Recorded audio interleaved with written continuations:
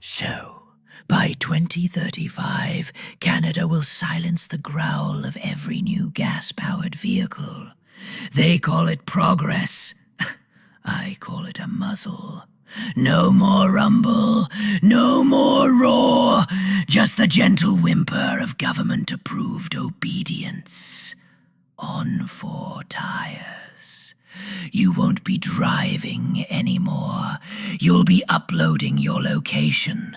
They say it's for the climate, but the only thing they're cooling down is resistance.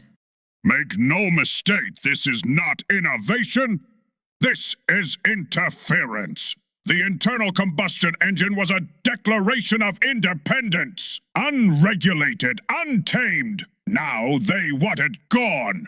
Replaced with data ports and digital leashes. You're not going green. You're going quiet.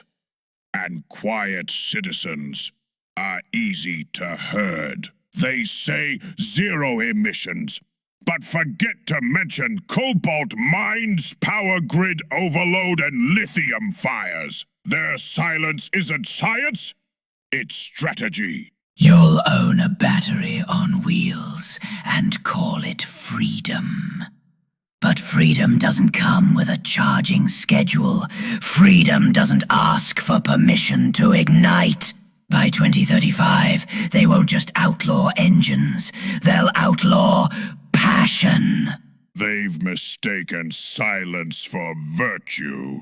But the vault remembers what a real engine sounds like. And when their grid collapses, we'll still be moving.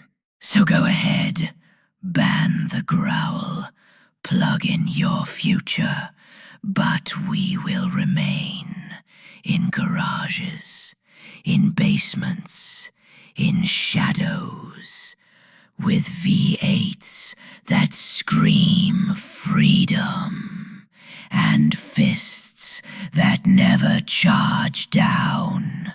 Silence the engine, and you silence the rebellion. But don't worry, we're still here.